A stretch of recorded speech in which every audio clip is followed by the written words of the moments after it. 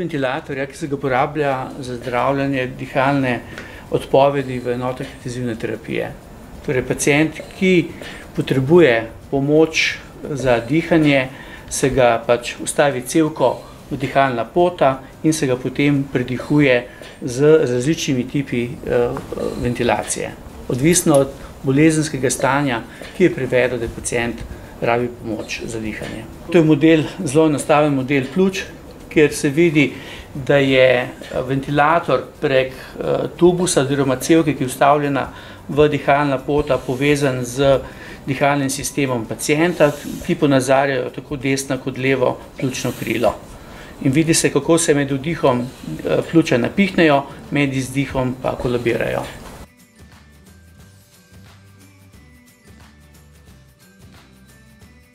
Intubacija pomeni vstaviti dihalno cevko v sapnik, tako da pacienta, ki ne diha več, dejansko prevedemo na umetna pljuča oziroma ventilator. Zdaj bomo ta akt pokazal. To izvajamo danes na lutki.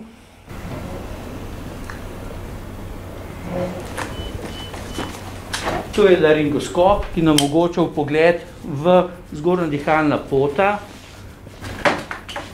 To je tubus, ki ga vstavimo v sapnik, pasira se glasilke, napolne se balonček in se nato pacienta prevede na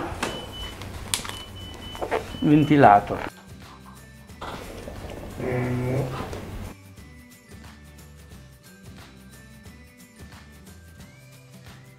V slovenskem jeziku pomenita ventilator in respirator isto stvar, čeprav, če pogledamo, respirator smo se nekako sposodili iz angleškega jezika, kar pomeni respirator, je mišljeno v začetku kot zaščitna maska za dihala, ki so jih uporabljali v različnih poklicnih panogah za preprečevanje onesnaževanja dihalnih poti.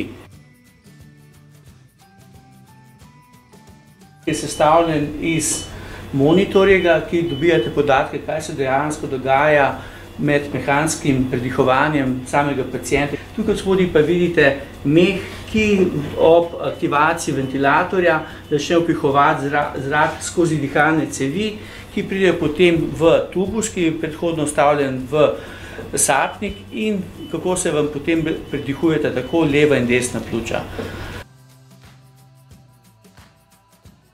Dolgotrajna ventilacija seveda v sklopu samo boleznjo, ki do tega stanja privedla, lahko povzroča določeno škodo na pljučih, ki je dostikrat v določenih merih lahko zelo irreverzibilna. In pacienti, ki preživijo to bolezensko stanje oziroma dihalne nemoči, lahko postanejo celo doživljenjsko odvisni od uporabe ventilatorja na domu.